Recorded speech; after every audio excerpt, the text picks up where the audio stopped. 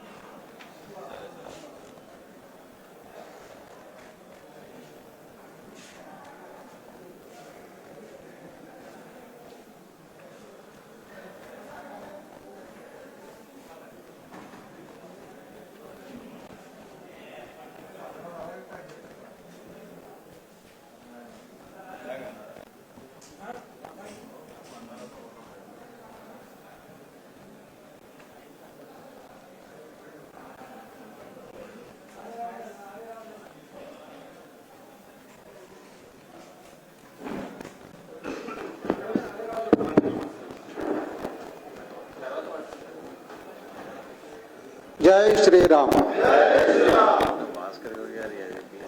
2024వ సంవత్సరం భారతదేశ చరిత్రలో సువర్ణాక్షరాలతో లిఖించదగిన సంవత్సరం. అయోధ్యలో బాలరామ విగ్రహ ప్రతిష్టాపన పూర్తి చేసుకున్న తర్వాత మనం ఒక అద్భుతమైన కార్యక్రమం మన తెలంగాణలో హైదరాబాద్లో నిర్వహించుకోబోతున్నాం. ఈ సంవత్సరాన్ని రామ సంవత్సరంగా, కరసేవక సంవత్సరంగా మనం భావించాలి. ఈరోజు భవ్యమైన శ్రీరామ మందిరాన్ని, శ్రీరామ విగ్రహాన్ని దర్శించి మనం పరవశులు అవుతున్నాం, సంతోషపడుతున్నాం. దీనికి అంతటికీ కారణం వేలాది మంది కరసేవకుల త్యాగాలు, బలిదానాలు అనే విషయాన్ని మనం గుర్తుపెట్టుకోవాలి. వాళ్ళు చేసిన త్యాగాల ఫలితంగానే నేడు మందిర నిర్మాణం మనకు జరిగింది. 1990లో 1992లో లక్షలాది మంది కరసేవకులు తమ కుటుంబాలని, బంధుమిత్రులని, పరివారాలని, ఆస్తులని, వ్యాపారాలని, ఉద్యోగాలని అన్నింటినీ త్యజించి అయోధ్యలో రామాలయాన్ని నిర్మించాలనే ఏకైక లక్ష్యంతో తమ జీవితాలని పణంగా పెట్టి అక్కడికి వెళ్ళిన కరసేవకులు నిజంగా వారు అభినందనీయులు, వారు చిరస్మరణీయులు. అందులో 1990లో జరిగిన కరసేవకుల కార్యక్రమంలో నేను పాల్గొన్నాను. 1992లో జరిగిన కరసేవలో మా తమ్ముడు దివాకర్ పాల్గొన్నాడు. అంటే మా ఇంటి నుంచి అదేవిధంగా ఈ విధంగా ఒక ఇంటి నుంచి ఒకరు లేదా ఇద్దరు వెళ్ళిన గృహాలు లక్షల సంఖ్యలో ఉన్నాయి మన దేశంలో. ఇప్పుడు ఇక్కడ దాదాపుగా వందలాది మంది ఈ కార్యక్రమంలో ఉన్న వాళ్ళు కూడా కరసేవకులే. కొంతమంది కార్యకర్తలు తప్ప మిగతా వాళ్ళందరూ కూడా మెజారిటీ కరసేవకులే ఈ కార్యక్రమంలో ఉన్నారు. కాబట్టి ప్రతి సంవత్సరం కూడా ఛత్రపతి శివాజీ సేవా సమితి, భాగ్యనగర్ శివాజీ సేవా సమితి ఒక అద్భుతమైన రీతిలో కార్యక్రమాలు నిర్వహిస్తుంది. గత సంవత్సరం కార్గిల్ విజయ వీరులను తీసుకొని, కార్గిల్ యుద్ధంలో పాల్గొని భారతదేశానికి విజయాన్ని అందించిన ఆర్మీ, నేవీ, ఎయిర్ ఫోర్స్ ఇటువంటి వాళ్ళని తీసుకొని మనం ఒక అద్భుతమైన కార్యక్రమాన్ని నిర్వహించాము. వాళ్ళు దేశం కోసం త్యాగాలు చేస్తున్నారు, అర్పణలు చేస్తున్నారు. వారిని గుర్తు పెట్టుకోవాలన్న కనీస జిజ్ఞాస, కనీస పరిజ్ఞానం, కనీస ఆలోచన నాగరికుల్లో లేకపోతే ఇది నిజంగా వారి సేవలకు, వారి త్యాగాలకు అవమానంగానే భావించాల్సి వస్తుంది.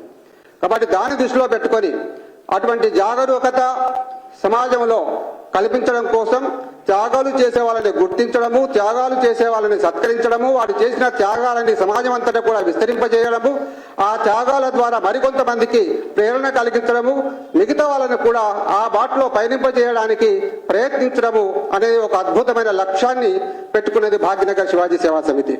ఆ విధంగా ఒక సంవత్సరం స్వాతంత్ర సమరయోధులను తీసుకున్నాం, ఒక సంవత్సరం ఎన్జిఓస్ను తీసుకున్నాం. ఈ సంవత్సరం ఇది శ్రీరామ సంవత్సరం కాబట్టి ఇప్పుడు కరసేవకులను తీసుకున్నాము. వారందరి వివరాలతో ఈ మ్యాగజైన్ ప్రింట్ చేయడం జరిగింది. మేము 100 మందితో ఈ మ్యాగజైన్ ప్రింట్ చేద్దాం అనుకున్నాము. ఇది దాదాపుగా 200 మందికి చేరుకున్నది. కరసేవకుల త్యాగాలని మనం కేవలం అయోధ్యలో రామాలయ నిర్మాణం సందర్భంలోనే మనం గుర్తు చేసుకోవడం మాత్రమే కాకుండా వారి ద్వారా ఇప్పుడు దేశవ్యాప్తంగా కూడా రామరాజ్య స్థాపనలో కరసేవకుల పాత్ర అత్యంత కీలకంగా ఉంటుంది. ఎందుకంటే వారు నిజమైన రామ భక్తులు. రాముని కోసమే వారు త్యాగాలు చేసిన వాళ్ళు, రాముని కోసమే వారి పరివారాలను వదిలిపెట్టి అక్కడికి వెళ్ళి వచ్చిన వాళ్ళు. ఇందులో కొంతమంది స్వర్గవాసులు కూడా ఉన్నారు. మనకు తెలుసు, అనేక వేలాది మంది నీ ములాయం సింగ్ యాదవ్ ప్రభుత్వం వారిపైన నిర్దాక్షిణ్యంగా కాల్పులు జరిపి హత్య చేసింది. కాబట్టి అటువంటి వాళ్ళు శవాలు బాగా కాలిస్తే ప్రజల్లో తిరుగుబాటు వస్తుందో ఏమో అనే ఉద్దేశంతో ఆ శవాలకి ఇసుక బస్తాలు ఆ కాళ్ళకి కట్టి ఆ శవాలను సరైన నదిలో వేశారు. ఆ శవాలు నీళ్ళలో తేలకుండా చేశారు. ఎంతమంది చనిపోయారో లెక్క లేకుండా చేశారు. అలా అభాగ్యులు నిర్భాగ్యులైన పరివారాలు ఎన్నో ఉన్నాయి. కాబట్టి వారి యొక్క త్యాగాలను మనం గుర్తు చేసుకుందాం. ఈ సందర్భంగానే మన ఆదరణీయ డాక్టర్ లక్ష్మణ్ గారి చేతుల మీదుగా ఈ స్మరణీకను మనం రిలీజ్ చేసుకున్నాం. ఇప్పుడు వారిని ఈ సందర్భంగా మాట్లాడాల్సిందిగా స్వాగతిస్తున్నాను.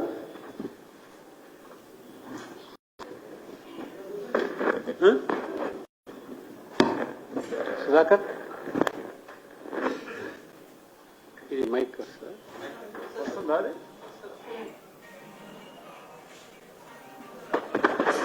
హలో,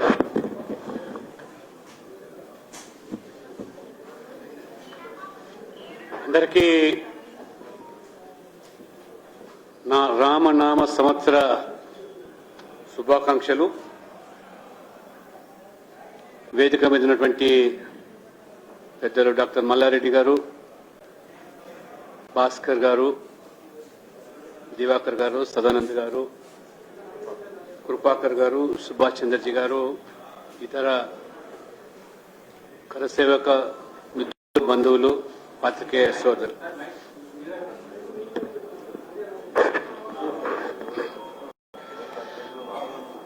భాగ్యనగర శివాజీ సేవా సమితి వెల్ఫేర్ సొసైటీ ఆధ్వర్యంలో ఈరోజు ఒక చక్కటి పుస్తక ఆవిష్కరణ, అయోధ్య కరసేవకులు brave sons of Bharat, Chhatrapati Shivaji Seva Puraskar పేరు మీద కూడా ఈ సంవత్సరం కూడా అనేక మందికి కూడా వారు ఫెలిసిటేషన్ కార్యక్రమం నేను హృదయపూర్వకంగా అభినందిస్తా ఉన్నాను. భాగ్యనగర్ శివాజీ సేవా సమితి సంక్షేమ సంఘం కరసేవకులు అనే పదము ఈనాటి కొంతమంది తరానికి బహుశా అర్థం కాకపోవచ్చు. శంకర్ యాదవ్ ఒక సుదీర్ఘ చరిత్ర, 500 సంవత్సరాల చరిత్ర.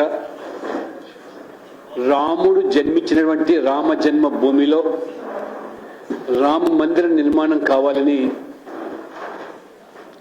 ప్రపంచవ్యాప్తంగా ఉన్నటువంటి సనాతన ధర్మీయులు,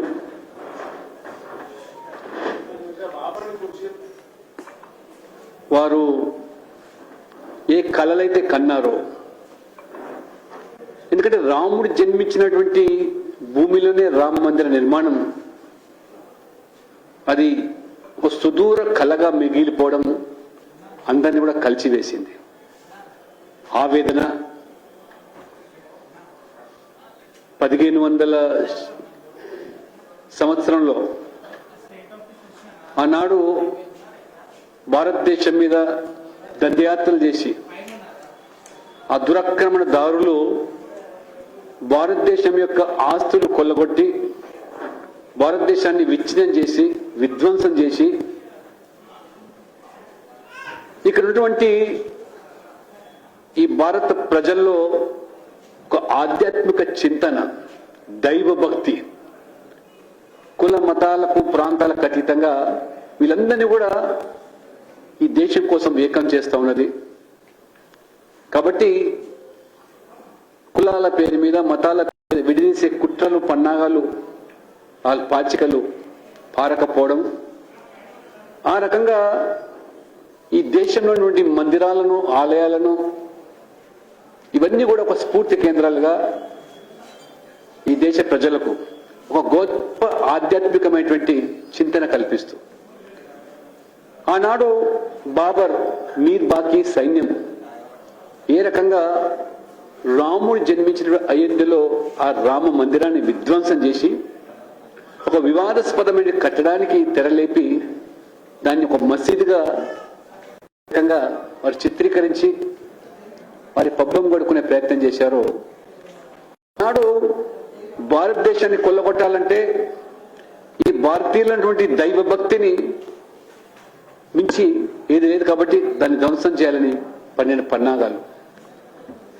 ఆనాడు మొదలైనటువంటి పోరాటం 500 సంవత్సరాల సుదీర్ఘ పోరాటం.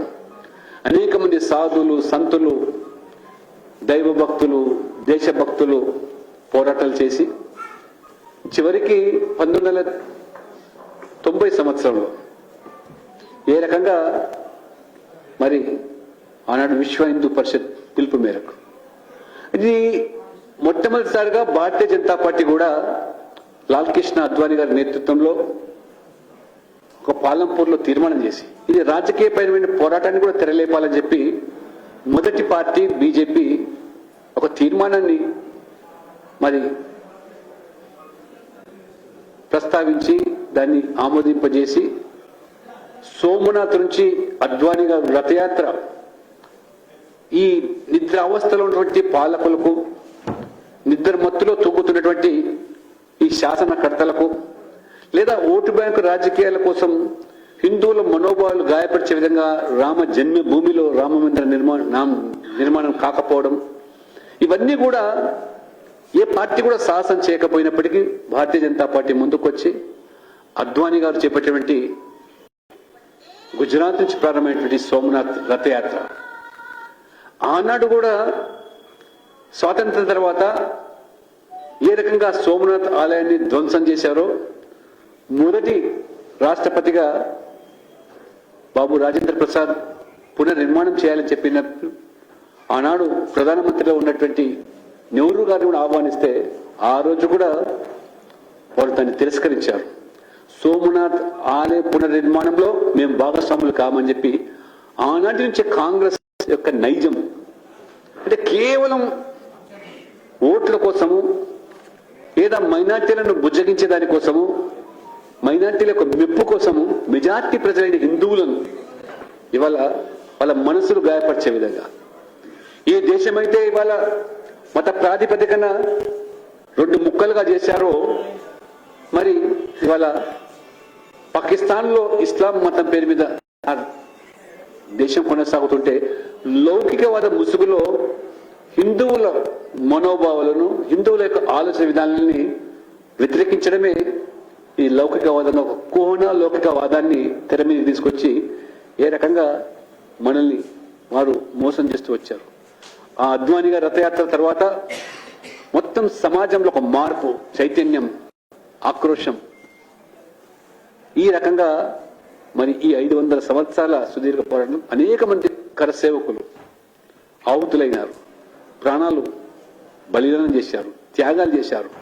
ఆనాడు మీర్ బాకీ సైన్యంతో ఏ రకంగా యుద్ధంలో ఆ మందిరం కాపాడడానికి త్యాగాలు చేస్తే మొదలు చివరికి ఆ వివాదాస్పదమైన కట్టడి కూల్చే వరకు కరసేవకులు. మన కళ్ళ ముందు కరసేవలో పాల్గొని వచ్చినటువంటి అనేక మంది మిత్రులను మనం కోల్పోయాం. ఈ యొక్క రక్కసి మూకలు మతోన్మాదంతో ఏ రకంగా మన హైదరాబాద్లో ఉన్నటువంటి యువమోర్చా అధ్యక్షుడు నందరాజ్ గౌడ్ ఏ రకంగా హతమార్చారు, నడి రోడ్డులో నరికి చంపారు. అయినా మొక్కవోనేటువంటి ధైర్యంతో ఆనాడు యువత, ఆనాడు ఒక సమాజం యొక్క మరి సనాతన ధర్మం, మరి ధర్మాన్ని కాపాడితే కానీ ధర్మం మనల్ని కాపాడలేని, ధర్మో రక్షతి రక్షతే అని చెప్పి విశ్వసించి ఆ రకంగా సర్వే జనో సుఖినో భవంతు అని విశ్వసించే సనాతన ధర్మం. కానీ ఇన్ని ఆటుపోట్ల తర్వాత 500 సంవత్సరాల చరిత్ర తర్వాత నరేంద్ర మోడీ గారు ఒక కారణ జన్ముడుగా దేవుడు పంపిన దూతగా ఈ దేశానికి ప్రధానమంత్రి కావడం 2014 సంవత్సరంలో ఆనాటి నుంచి మొదలుకుంటే రాజకీయపరమైనటువంటి న్యాయపరమైనటువంటి అనేకమైనటువంటి పరిష్కారాలకు మార్గం చూపి ఇవాళ ఒక భవ్యమైనటువంటి సుందరమైనటువంటి అయోధ్య నగరిలో ఇవాళ మందిర నిర్మాణం అయిందంటే, ఇవాళ కోట్లాది మంది ప్రజల కళ సాకారమైందంటే నరేంద్ర మోడీ ప్రభుత్వం ఏ రకంగా ఆనాడు విశ్వ హిందూ పరిషత్తు సంఘ పరివార్ పూర్తిగా ఈ ఒక ఉద్యమాన్ని ప్రపంచంలోకెల్లా అతిపెద్ద ఉద్యమంగా దీన్ని మార్చేసి చివరికి న్యాయస్థానంలో మరి 5 మంది జడ్జిలతో తీర్పు రావడము, మరి అక్కడ ఉన్నటువంటి యోగి ప్రభుత్వం 2 మరి అటు మందిరానికి అటు ఇతర మతస్థులకు కూడా స్థలాన్ని కేటాయించింది. ఇవాళ సామాన్య భక్తుల కానుకలతోని ఇవాళ భిక్షమెత్తుకునేటువంటి భిక్షగాళ్ళు సైతం వాళ్ళు 10 రూపాయలు 5 రూపాయలు ఆ రకంగా కోటీశ్వరులు సైతం ఇక్కడ ఇవాళ ఆ మందిర నిర్మాణం కోసం మరి కృషి చేస్తే ఒక భవ్యమైన మందిర నిర్మాణం ఇవాళ పూర్తిగా వస్తూ ఉన్నది. అటువంటిది ఇవాళ ఆ యొక్క బాలరాముని యొక్క విగ్రహ ప్రతిష్టాపన 22 జనవరికి ఆ సుముహూర్తాన మన యొక్క పండితులు దాన్ని నిర్ధారిస్తే దానిని కూడా రాజకీయ చేసి కాంగ్రెస్ వాళ్ళు బహిష్కరించడం అంటే ఇవాళ కాంగ్రెస్ పార్టీ నరేంద్ర మోడీ గారు 2 సార్లు ప్రధానమంత్రి అయినారు.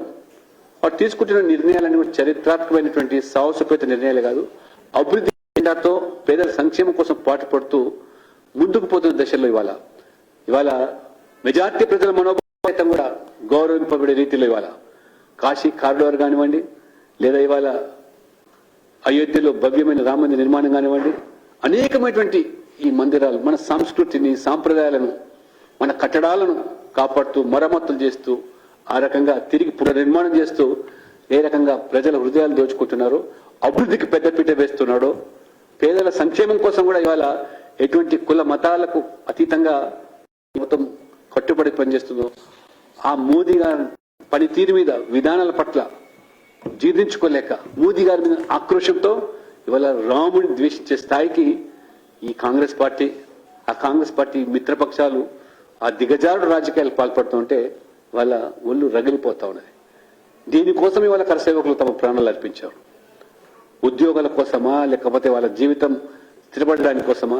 కటారీ సోదరులు కలకత్తాలో 2 సోదరులు ఆ రోజు కరసేవలు పాల్గొంటే ఏ రకంగా తూటాలు పేల్చి 2 కూడా కాల్చి ఆ సరయూ నదిలో పడేసినటువంటి ఉదంతాలు, ఆ రక్త సిక్తమైనటువంటి సరయూ నది ఇవాళ నిన్న చూస్తూ ఉంటే దేదీప్యమానంగా ఇవాళ దీపాలతో వెలుగుతూ ఉంటే అనేక మంది ఆ రక్త తర్పణతో ఆ సరయూ నది ఇవాళ ఏ రకంగా పవిత్రం మారిందో దేశ ప్రజలు కాదు ప్రపంచ ప్రజలంతా కూడా ఇవాళ చూస్తూ ఉన్నారు. ఇవాళ ప్రపంచంలో ఒక పండుగలా జరుపుకుంటున్నారు, ఒక దీపావళిగా జరుపుకున్నారు. అమెరికా యూరోప్ దేశాల్లో కూడా న్యూయార్క్ లో టైమ్ స్క్వేర్ లో బ్రహ్మాండమైనటువంటి వారు ఉత్సవాలు జరుపుకుంటా ఉంటే ఈరోజు కళ్ళుండి చూడలేని కబోదులుగా ఇవాళ కాంగ్రెస్ నాయకులు ప్రతి అంశాన్ని రాజకీయంతో ముడిపెట్టి ఇదేదో మరి మోదీ గారికి పేరు వస్తుందని, మోదీ గారికి ఖ్యాతి వస్తుందని చెప్పి చివరికి తమిళనాడు లాంటి రాష్ట్రంలో పూర్తిగా నిషేధించడం, మందిరాల్లో పూజలు జరపకూడదు, రాముడికి కొలవకూడదు, ఈ ఉత్సవం జరుపుకోకూడదు, ఇవాళ ప్రాణ ప్రతిష్ఠ జరిగే రోజున ప్రత్యేక పూజలు నిర్వహించకూడదని చెప్పి హుకుం జారీ చేసే దుస్థితికి ఈ ప్రభుత్వాలు పార్టీలు వచ్చాయంటే ఇంకా ప్రజలు ఇవాళ చూస్తూ ఉన్నారు. ఇవాళ ఏ సనాతన ధర్మాన్ని యొక్క వినాశన కోసం ఆనాడు మరి ఆంగ్లేయులు మొదలుకొని ముగలాయిలు, తుర్కుషులు, ఔరంగజేబులు, ఈ మీర్ బాకీలు ఎంత పాల్గొన్నా, ఎంత దురాక్రమణ చేసినా, ఎంత దండయాత్రలు చేసినా వాళ్ళు నాశనమైన తప్పితే ఈ ధర్మం గాంతరం ఏనాడు కూడా అది నాశనం కాదు, కాబోదు. ధర్మం 4 కాళ్ళ పాద మీద నడుస్తూ ఉన్నది. కాబట్టి ధర్మాన్ని వినాశం చేయాలని కోరుకునే వాళ్ళే నాశనం అవుతున్నారు తప్పితే ఇతరత కాదని విషయాన్ని గమనించాల్సి వస్తుంది. తమిళనాడులో పూర్తిగా నిషేధం. ఈ స్థితి అంటే ప్రజాస్వామ్యంలో ఇవాళ ప్రజల యొక్క హక్కులను, ప్రజల మనోభావాలను కాపాడాల్సిన ప్రభుత్వాలు కేవలం ఓట్ల కోసం అని చెప్పి దాన్ని భిన్నంగా వివరిస్తే ఇవాళ ఈ సమాజం అంతా కూడా ఏకమవుతున్నది. ఈ సమాజం అంతా కూడా ఇవాళ మరి ఆపత్కాలంలో విపత్తులో ఏ రకంగా ఒక తాటి మీదకి వస్తున్నారు, కులాలన్నీ పక్కన పెట్టి ప్రాంతాలను పక్కన పెట్టి ఎంత వైభవంగా మొన్న 22 జనవరి నాడు ప్రతి కుటుంబం చిన్న పెద్ద తేడా లేకుండా పల్లెల్లో, వాడల్లో, బస్తీలలో, దేశం మొత్తం మీద కూడా, ప్రపంచం మొత్తం మీద కూడా జరుపుకున్నారంటే ఇప్పటికైనా మీరు కనువిప్పు కావాలి. ఈ రాజకీయాలకు స్వస్తి పలకాల్సి వస్తుంది. కాబట్టి ఈ కరసేవకులు చేసే త్యాగాలు వృధా పోలేదు. ఇవాళ భవ్యమైన మందిర నిర్మాణం జరిగింది. భవ్యమైన మందిర నిర్మాణం కాదు, ప్రపంచంలోకెల్లా ఒక గొప్ప ఆధ్యాత్మిక కేంద్రంగా అయోధ్య నగరి మారుతా ఉన్నదంటే ఇవాళ భారతీయులుగా, హిందువులుగా మనం గర్వపడుతున్నాం. ఇవాళ మొత్తం సమాజం అంతా కూడా ఒక తాటి మీదకి వచ్చిందంటే కూడా ఇవాళ మన నిజంగా ఆపత్కాలంలో ఏ రకంగా హిందూ సమాజం ఒక్కటవుతుందో ఆనాడు మనం కరసేవ సందర్భంగా చూసాం. అందరం దాదాపు మేమందరం కూడా దాదాపు 45 రోజులు 2 మాసాలు ఇళ్లకు పోకుండా ఏ రకంగా అండర్ గ్రౌండ్ లో పనిచేశామో దేనికోసం అంటే ఇవాళ రామ మందిర నిర్మాణం వల్ల ఇవాళ దేశంలో ఏ రకమైనటువంటి ప్రజల మనోభావాలు కాపాడమే కాకుండా రామరాజ్య స్థాపన కోసం పునాది జరిగింది. కాబట్టి రాముడే అన్నారు, రాముడు మిథ్య అన్నారు, రామసేతు మిథ్య అన్నారు, కానీ ఇవాళ తేలిపోతున్నది. కాబట్టి మరి ఈ చక్కటి ఈ సంకల్పనం సంతోషం భావి తరాలకు ఇది ఒక స్ఫూర్తిగా ఉండాలి, ఒక ప్రేరణగా ఉండాలి. దేనికోసం త్యాగాలు చేశారు కరసేవకులు, దేనికోసం ఇవాళ మొత్తం తమ జీవితాన్ని అర్పితం చేశారు. అనేక మంది వాళ్ళ సజీవ సాక్షిగా ఉన్నారు. వాడు మన కళ్ళ ముందు అనేక మంది కరసేవకులు నేను చూస్తాను.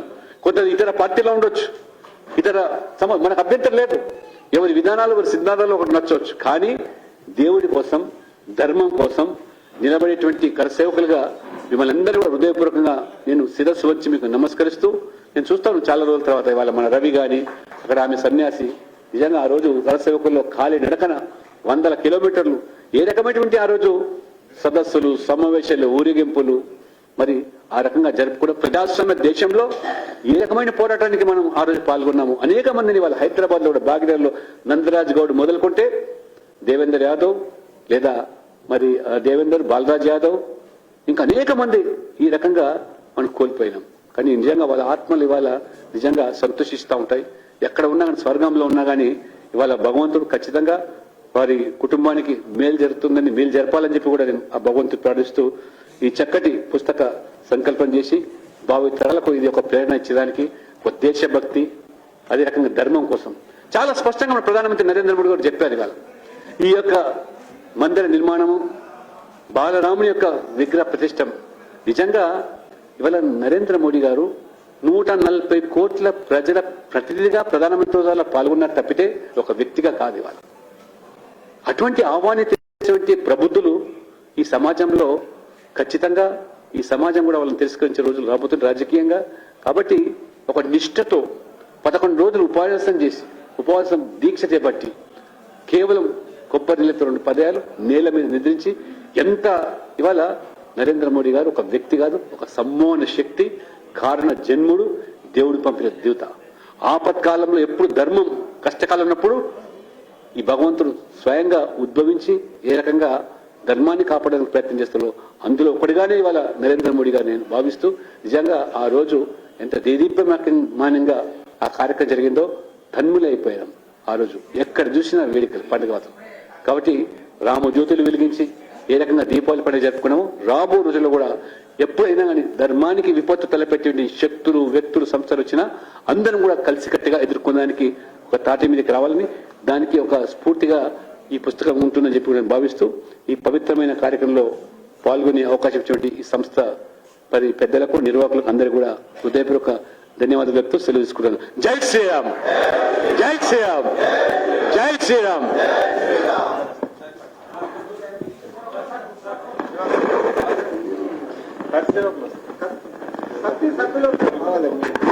మన సొసైటీ సభ్యులు దయచేసి అందరు కూర్చోండి, ఒక్క నిమిషం కూర్చోండి.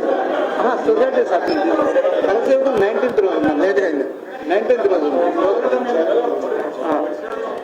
ఒకసారి కరసేవకులు కూడా పైకి వచ్చి ఒక ఫోటో, కరసేవకులు మాత్రమే రావాలి. కరసేవకులంతా వచ్చి వెనక వైపు నిలబండి.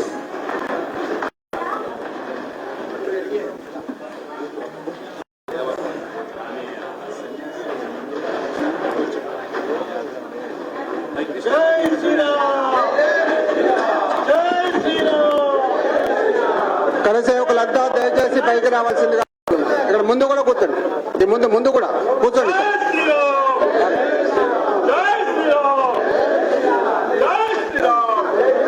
ఫిబ్రవరి 19 ఉంటుందన్న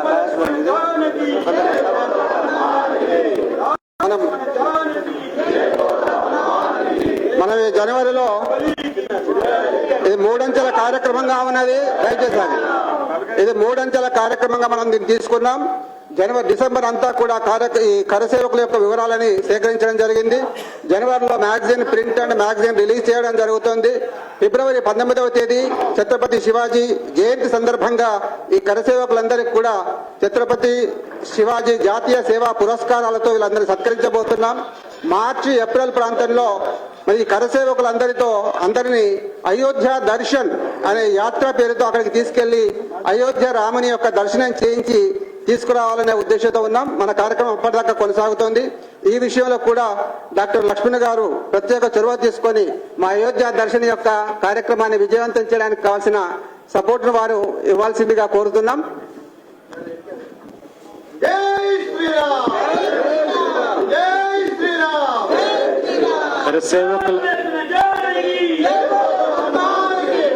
కరసేవకుల సూచి తయారు చేసి ఈ సంస్థ సభ్యులు ఖచ్చితంగా ఎవరైతే స్వచ్ఛందంగా వెళ్ళాలని భావిస్తున్నారో వాళ్ళకన్నీ కూడా తగు ఏర్పాటు చేయడానికి తప్పకుండా నా వంతు సహకారం ప్రోత్సాహం అందిస్తాం. మార్చి లోపల వెళ్లే వారికి ఇప్పుడు ఈ జనవరి మాసం అంతా కూడా మరి దాదాపు ఎవరికి వాళ్ళుగా కూడా ఆస్థా ఈ ఆస్థా స్పెషల్ ట్రైన్స్ కూడా భవిష్యత్తులో కూడా మార్చి వరకు కొనసాగుతాయి. కాబట్టి ఇది సూచి తయారు చేసేవాడిని తప్పకుండా వారికి వెసులుబాటు పోయేదానికి వచ్చేదానికి కల్పిస్తాం.